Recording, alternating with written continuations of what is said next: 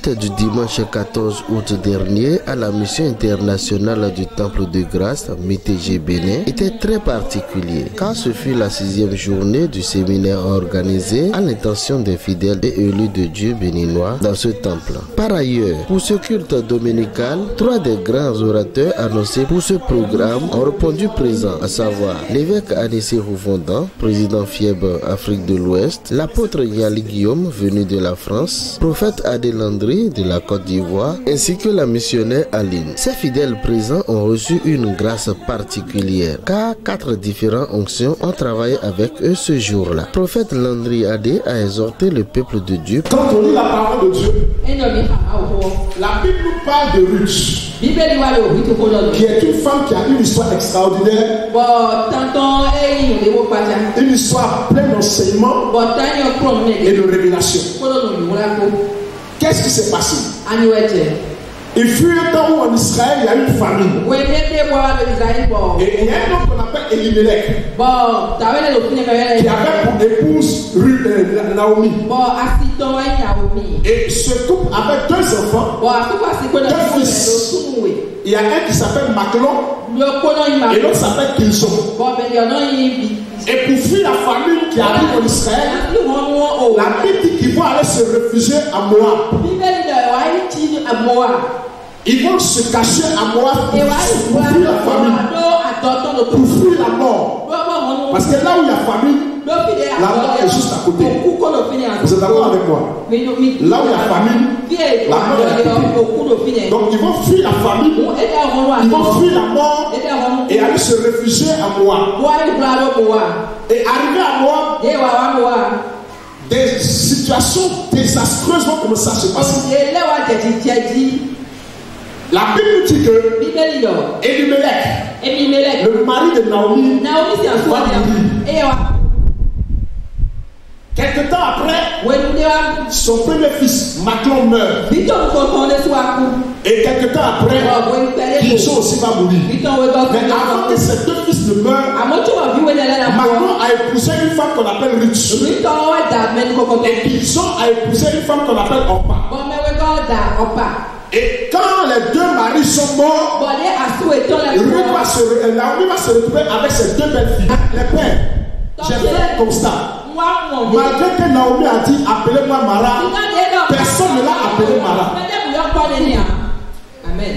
Malgré qu'elle a dit appelez-moi Mara, quand elle est rentrée en Israël, on n'a pas dit Mara est arrivé, on dit Naomi est arrivée. Est-ce que vous savez que souvent la situation fait vous donner un nom, le problème veut te donner un nom, la maladie veut te donner un nom, la pauvreté veut te donner un nom.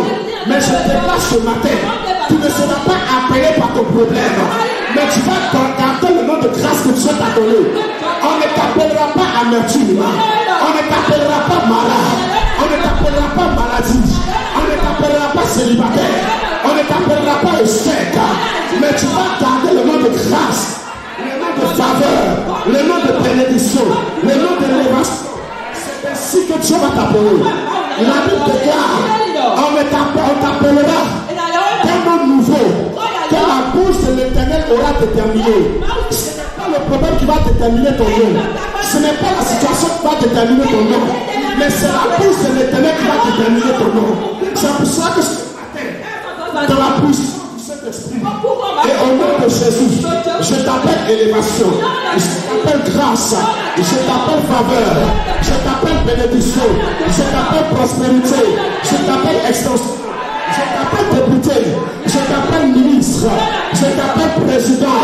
Tout ce qui concourt à ton bonheur, tu reçois maintenant au nom de Jésus. Nous bénissons le Seigneur parce que voilà, le programme se passe bien.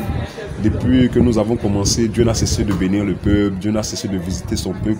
Et vraiment, nous sommes heureux. Nous ne sommes pas venus par hasard, nous ne sommes pas venus pour nous amuser, mais le mandat pour lequel Dieu nous a envoyés, nous sommes en train de l'accomplir et nous ne pouvons que bénir le Seigneur. Nous sommes pratiquement dans notre dernière semaine de mission à Cotonou. Voilà. Et je vais inviter quelqu'un. Je veux dire à quelqu'un, il ne faut pas manquer cette semaine. La Bible dit que la fin d'une chose vaut mieux que son commencement. On a commencé depuis pratiquement mardi passé. Dieu s'est manifesté, Dieu s'est glorifié.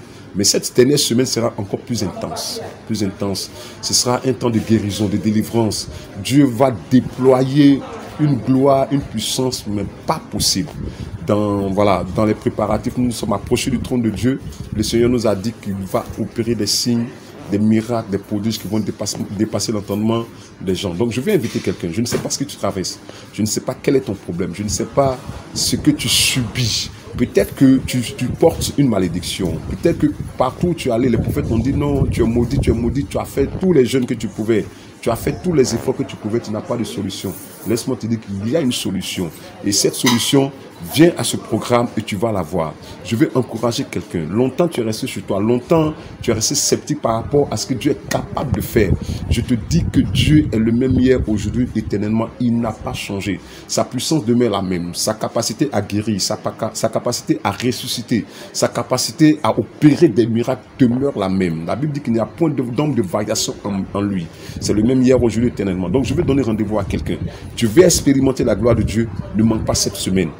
Viens, toi, ta famille, tu connais quelqu'un qui est malade, quelqu'un qui subit, qui souffre, quelqu'un qui traverse des temps difficiles.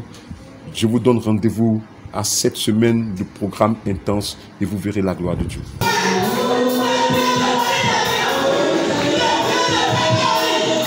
Je veux déjà bénir le Seigneur pour la vie de l'évêque Anissé Oufondant, un homme vraiment qui est une source de bénédiction. Dès que nous sommes entrés, il nous a ouvert les portes de Cotonou, il nous a ouvert les portes de la fièvre, et lui-même, il est toujours à nos côtés. Je veux dire aux hommes de Dieu, Dieu nous a fait la grâce de recevoir un homme d'impact qui est venu de la France, c'est le révérend apôtre Niali Guillaume, fondateur de l'église bâtisseur de vie. C'est un formateur. En Côte d'Ivoire, il a été l'un des piliers du réveil en Côte d'Ivoire. Il a formé grand nombre de pasteurs. C'est un homme d'expérience, c'est un homme qui est rempli de connaissances. Quand vous échangez avec lui, vous savez que c'est un homme qui est plein de connaissances. La Bible dit, mon peuple périt par manque de connaissances. Homme de Dieu, l'onction seule ne suffit pas. Faire tomber les gens seuls ne suffit pas. Il est important d'avoir de la connaissance. Donc je vais inviter tous les hommes de Dieu à ne pas rater ce séminaire pastoral. Ce sera un temps d'enseignement, un temps où des connaissances seront données, des stratégies seront communiquées par l'homme de Dieu qui est venu de France. Donc homme de Dieu, s'il te plaît, cette semaine, ne manque pas le séminaire. Je veux dire merci à tous ceux qui nous ont reçus. Maman Aline Legba, servante de l'Éternel, pasteur de la MITG Bénin, qui nous a ouvert ses portes, qui nous a reçus. Depuis qu'on est là, on ne manque de rien. On n'est pas des paysans en un mot. On est chez nous. Et surtout, à quelqu'un qui est pour moi un père, c'est Papa Legba. Que Dieu te bénisse, que le Seigneur te préserve encore longtemps pour nous. Merci pour l'adoption. Il m'a adopté comme son fils. Je vais dire merci à Papa et aussi à tout le peuple de Cotonou. On a été dans plusieurs églises. On nous a bien reçus. C'est mon frère. Je veux aussi dire merci à mon frère parce que avant même que nous n'arrivions, il avait déjà donné le mot d'ordre pour qu'on nous reçoive. C'est mon frère, c'est mon jumeau, ce n'est plus un ami, c'est un frère de tous les jours. Je veux dire merci à mon frère, le prophète Oli David, président fondateur des églises MITG. Que Dieu te bénisse, mon jumeau. Merci pour tout ce que tu fais pour nous. Merci pour tout ce que tu fais pour la croissance du corps de Christ. Merci pour tout ce que tu fais pour le réveil, que ce soit en Côte d'Ivoire, en France comme à Cotonou. Que le Seigneur te bénisse. Nous rappelons à tout le peuple de Dieu que le séminaire continue jusqu'au dimanche 21 août prochain, comptant pour le dernier jour. Venez massivement bénéficier gratuitement de ces différentes sanctions pour orienter positivement vos pensées à travers de nouvelles connaissances bibliques très édifiantes. Shalom.